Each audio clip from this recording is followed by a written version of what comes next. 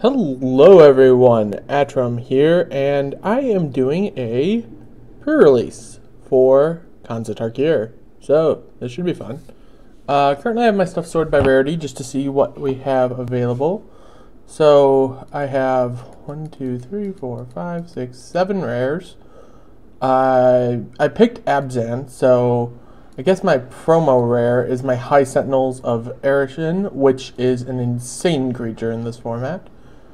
I also got a Flooded Strand, which is pretty neat. Got a Bloodstained Mire, so I picked up 2 fetches. A foil Dragon Throne of Tarkir. That card's good in draft. And Hostilities, so that's pretty solid. A Sultai Ascendancy, and a Trail of Mystery.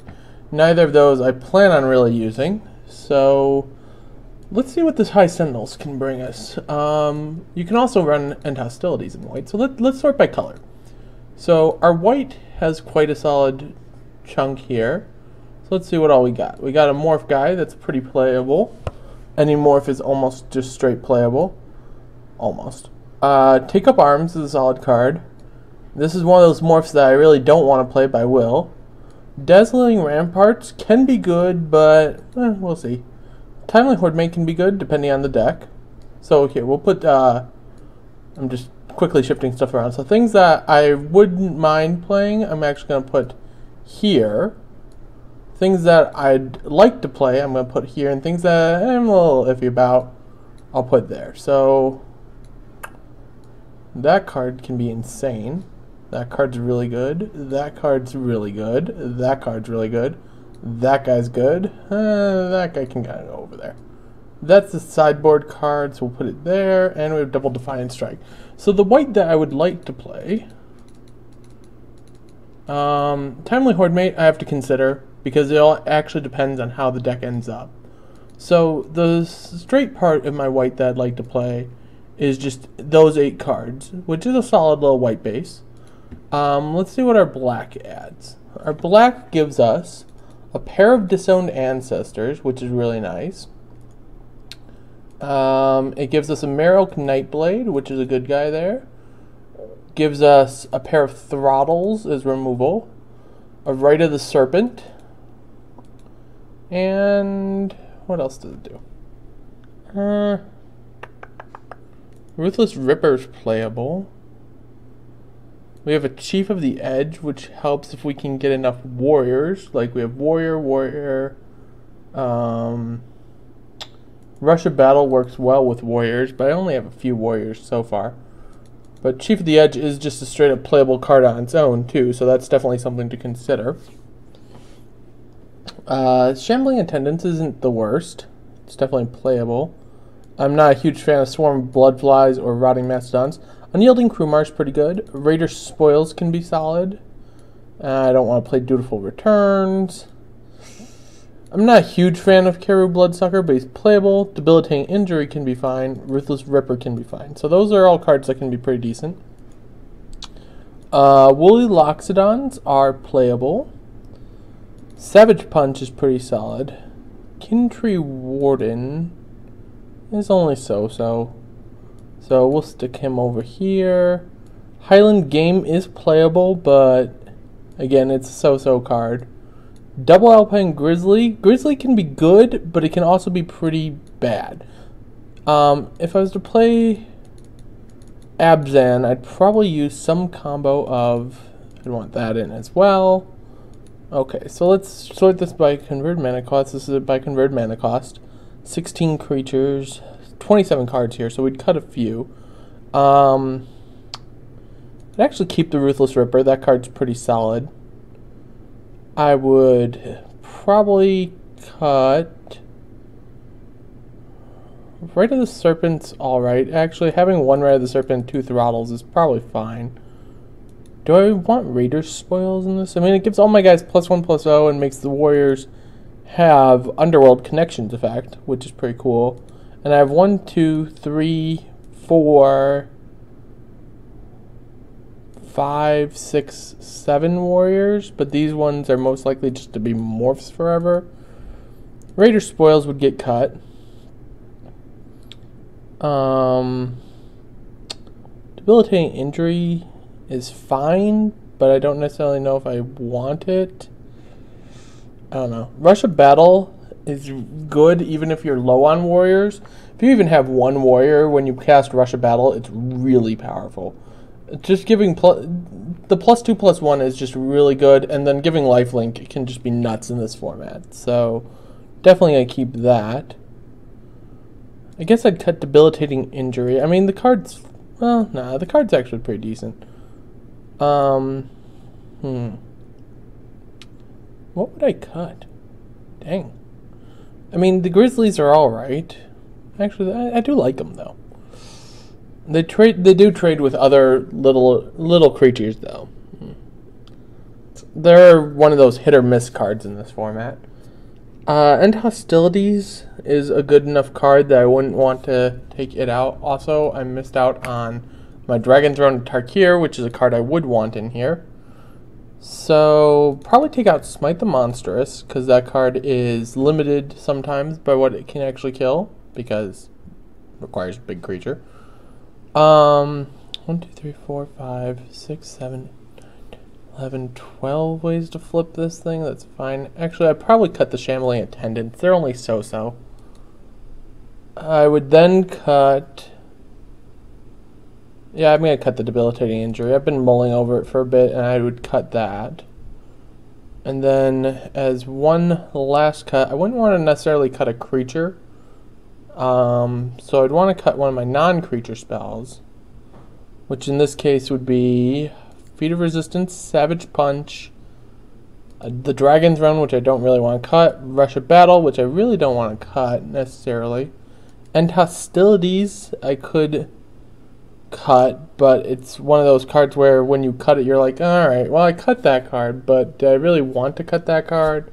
Not really, but I mean, having End Hostilities is a good insurance policy, but is it something I want to be playing? Hit or miss. Wow, I just realized in my sideboard I have triple Trumpet Blast. That's ridiculous. I mean, my other colors, I didn't really even look at them until just this moment, but they're pretty underdeveloped. But triple Trumpet Blast is just weird. Trail of Mystery might be an interesting card for me, but I only have, how many morphs? 1, 2, 3, 4? Nah. Worth noting, Bear's Companion can be a very powerful card.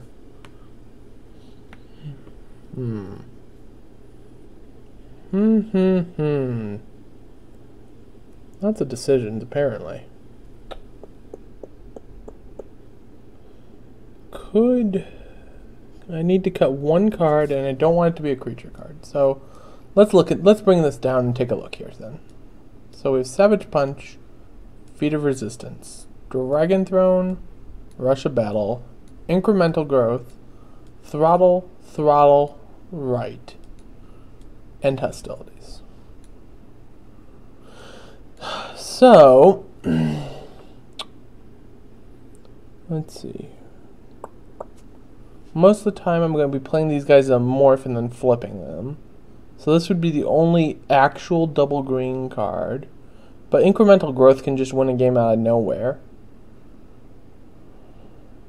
With my 4 pieces of regular removal, plus like tricks like Feat of Resistance, I might not need End Hostilities in the actual deck. I could bring it in as the sideboard if I need it, but I think I don't need it in the main deck.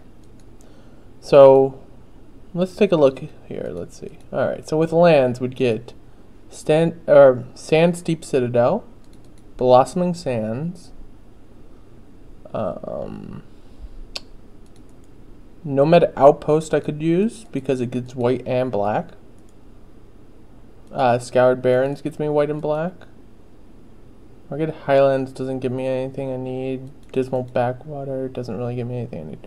Now, interestingly enough, I do have the ability to splash red if I want. If I was going to splash red, it'd probably be for like Bear's Companion or something like that. But then you get back into the question of, how much does the color splash actually help you versus how much it hurts you? Also, with this deck, I actually wouldn't mind running Timely Hordemate. So I'm going to have to cut one other card again. Because Timely Hordemate, A, it's a warrior.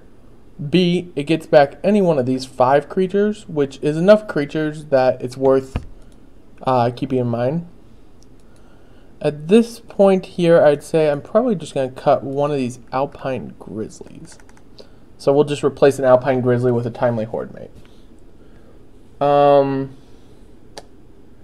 If I wanted to, though, this is something worth noting, I could use Take Up Arms and Raider Spoils, which is a nice little thing. Plus, the Take Up Arms works well into my Rush of Battle.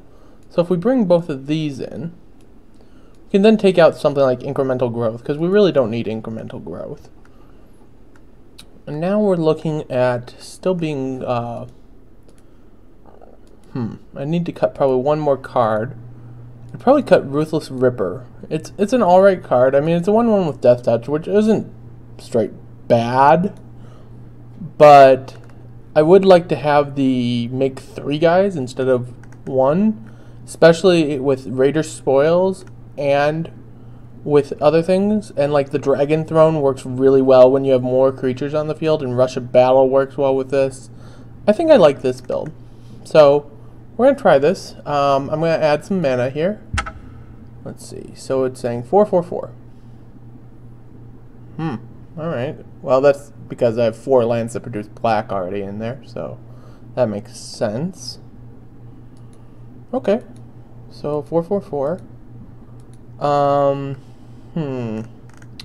Trying to think if there's anything else that I really should have in here that I don't have yet. I could put in... actually... no, I don't need that. I was thinking I could put in Bloodstained Mire and Flooded Strand, which maybe not be that bad. But basically, like, this is just taking the place of a Plains, this is taking the place of a Swamp. You're losing a life, but you're thinning out your deck a bit. It gets you into that weird... I don't quite know where I should be on that one part. I mean, it's definitely an option. Is it a good option? I really can't say. Probably not. This is probably fine as is. Worth noting, I only have 2 of the little Lord-style Outlast guys, but they're 2 of the better ones, First Strike and Flying. Oh, actually I have 3, because I have First Strike, Flying, and Death Touch. So... and First Strike Death Touch is the real combo version of it, where your opponent just can't attack into you on the ground. They can't block you on the ground either. So, definitely worth considering. And I think I'm going to submit like this, and I will see you all in round 1.